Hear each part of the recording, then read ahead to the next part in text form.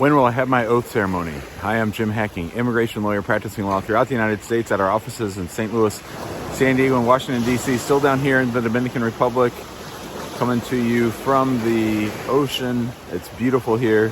We're having a great time, and I wanted to answer a question that we got in the YouTube comments the other day, and that is that someone had gone through their naturalization interview, they had passed their test, and they wanted to know when their oath ceremony was going to be. Now, here's what you need to understand about citizenship, that when you apply for citizenship, obviously you file the N-400 application for naturalization, that you get biometric, you get your fingerprints taken, they do a background check, they finish up their review of your case at the service center, and then eventually they send it to your local field office for an interview.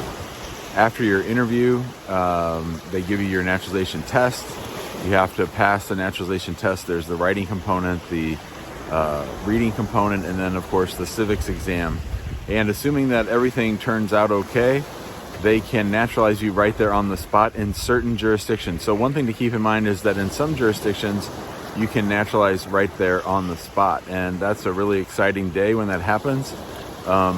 Places that are pretty busy like Atlanta, Minneapolis, San Diego, these sort of bigger cities get naturalized faster. You actually naturalize on the day of your interview. That's pretty exciting stuff.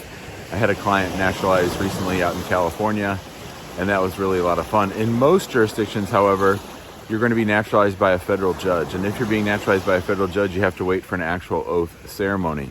And that'll depend on how often the court is conducting oath ceremonies. It also depend on how many naturalization applicants are in line ahead of you.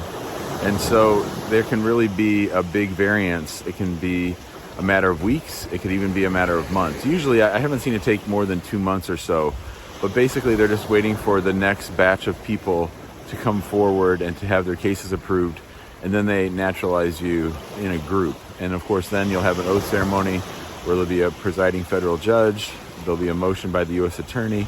And they will move to admit these newly certified people as citizens. And of course, you're not a citizen until you're actually naturalized. So you want to be careful about holding yourself out as a citizen, even if you've passed your naturalization exam. You're not a citizen until you're actually sworn in. So when you go to your oath ceremony, you'll actually go to the courthouse, you'll go through some processing at USCIS. They'll have a series of questions that basically go along the lines of, have you been arrested or divorced since we approved your case, between the time of approval and the time of the ceremony. So you got to be careful how you answer those questions. If you're going to answer yes to any of those questions, you probably need to talk to me or another immigration lawyer beforehand so that you don't screw up your case.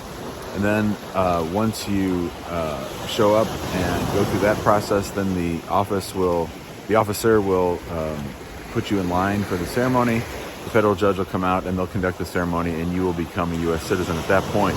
And then you can go ahead and get your U.S. passport. You can apply for that. You can also register to vote, and you are on your way. And you can, from that point forward, call yourself a U.S. citizen. Again, you don't want to do that until you're actually sworn in. So there's basically 2 ways, 2 types, and 2 times that you would naturalize. One would be right there on the spot, where they finish your interview and they take you to another room where they wait for a ceremony for the people naturalizing that day, and you all get naturalized together. I've seen people get naturalized individually. And then the one last thing to keep in mind is that if you're going to do a name change, those name changes always have to be done through the federal court. So even if you live in a jurisdiction where someone is allowed to naturalize right there on the spot, if you're trying to change your name or if you've asked to change your name, you're not going to be able to naturalize until you actually get to the ceremony and the judge approves your name change. That's, of course, one of the 2 times in your life where you can change your name for free. So if you want to do that, take advantage of it. It's probably worth the wait between naturalizing right there on the spot and naturalizing at the interview.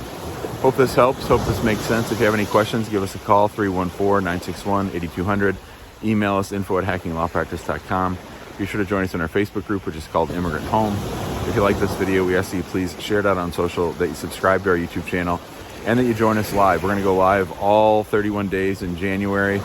We'll be live in our Immigration Answers show in Immigrant Home, the Facebook group, and on our YouTube channel. So we hope to see you there, and I'll try to answer as many of your questions as I can in just under 31 minutes. We're going to do 31 minutes in 31 days. Thanks a lot and have a great day.